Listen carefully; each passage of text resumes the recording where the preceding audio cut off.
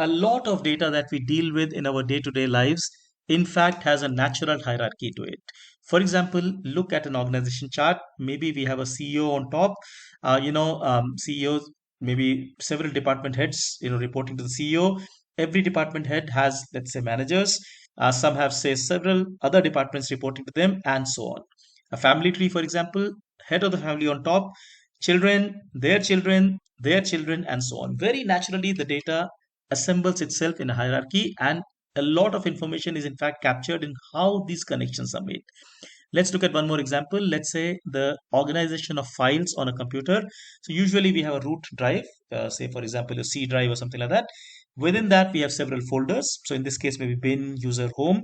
Within these folders we have several folders again, and then the files. Now obviously searching through this becomes easier because of this, let's say, hierarchical structure.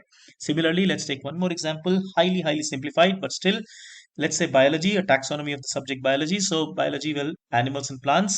Within animals, we have terrestrial, aquatic, elephant, tiger and elephant, and shark. And obviously, this is simplified, but the hierarchy that is present in this data, the information that we are capturing from the connections is vividly visible. Now, this data being naturally hierarchical, it turns out that lists alone do not capture the hierarchy part of it. So what I mean by this is that, let's say I were to store all these values in a list. Well, yes, the storage will happen, but just the storage alone will not entirely capture how these items are connected to each other, the hierarchy part of it. This is done really well with trees. So trees are basically structures that naturally capture this hierarchy quite well. Trees do that because they have branches and connections, and these connections tell us how, let's say, the data is organized. A meaningful organization can be, let's say, understood from there. Trees in computer science are usually drawn in an inverted manner. So what I mean by that is, unlike real trees which grow from, let's say, ground upwards, here we draw the trees from top going downwards. So basically the root node is on the top and the nodes go below, like the diagrams we have seen on the previous slide. So notice here, these are the root nodes, and the tree sort of grows downwards. That's a convention. That's how we usually draw trees in computer science.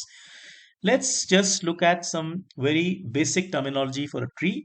In fact, there's a lot of terminology, but we will just look at the most essential parts so that we can keep moving. Every tree is composed of nodes. Basically, nodes are, let's say, the placeholders where the values will be stored. So these are connected to each other in hierarchy, as we just discussed. One of the nodes is the root node. In fact, the meaning is very clear from the pictures. In all of these, this is the root node, this is the root node, this is the root node. Wherever the tree starts, just like a real tree starts at root, a computer science tree also starts the root node. Because we are drawing it in an inverted manner, typically the root node will be the node on top. Now, root node is the only node that does not have parents, because really the tree starts from there. But beyond that, every node can still have children. So, for example, this has two children, this has two children, and so this is just one child. Every node will have children. Consequently, it also means that every node apart from the root node has parents. So you look at any of these nodes, these are all the parent nodes. So for like a terrestrial is a parent of tiger and elephant in this case, animal is a parent of terrestrial and aquatic, and so on. So it's very interesting if you think, let's say, in terms of pictorially. Basically, like I said, one root node is root node, only one that doesn't have parents, but all nodes can have children. However, there's a very important rule that every child can be connected to only one parent. Now, this is a rule we are imposing. Basic trees have this definition. Um, every child can have only one parent. We'll see what this implies later on. A little bit more terminology. Nodes that have no children are called leaf nodes. Nodes that are not root node and not leaf node are called internal nodes. So basically, what I mean is, look at this child. Look at this tree. This is the root node. The orange ones are the leaf nodes, and these are all the internal nodes. In fact, in this case, this is a root node. This is a leaf node. This is a leaf node. This is a leaf node, because notice these do not have children.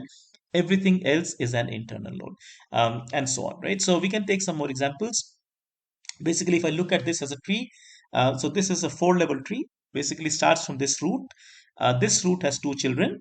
This child has two children again. This child has just one child.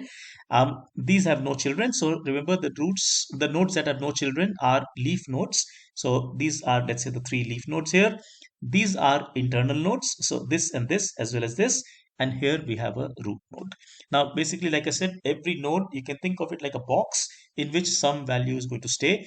So it's like a placeholder, right? So that part is kind of like a list literally, but we are interested in how these are connected to each other. And that's why we are drawing this as a tree. Let's take a few more examples. Let's say this case, much neater tree in some sense. So I have a root node with two children. I have these two internal nodes with two children. I have again both two children. This has two children. So in this case, the leaf nodes are basically this, and this. So because these have no children, this, and this are internal nodes, and then here is the root node. Again, this has four levels.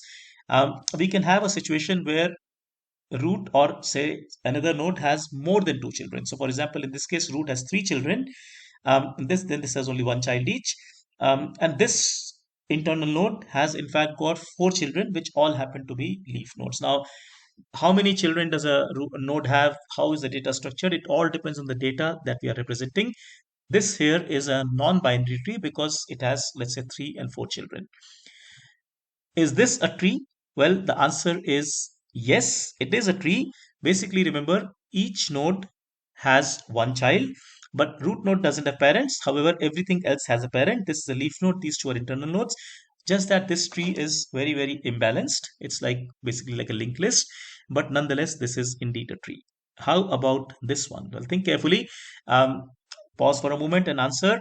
This is in fact not a tree. The reason is, remember one rule, that a child cannot have two parents. So in this case, this child has two parents. This kind of creates like a closed area. We are not allowed to have that. I'll have to break one of these two connections and then it becomes a tree. So either this could be the parent or this could be the parent, but not both. So that's a rule here. Um, Trees, hence, in general, basically have one root node. Um, you know, Beyond that, every node may have different number of children. Hence, trees may not be regular structure at all. It all depends on the underlying data. But there is a very, very important rule. Every child can have only one parent. Now, this is kind of like a very, very, very quick introduction to trees, just enough for us to keep moving.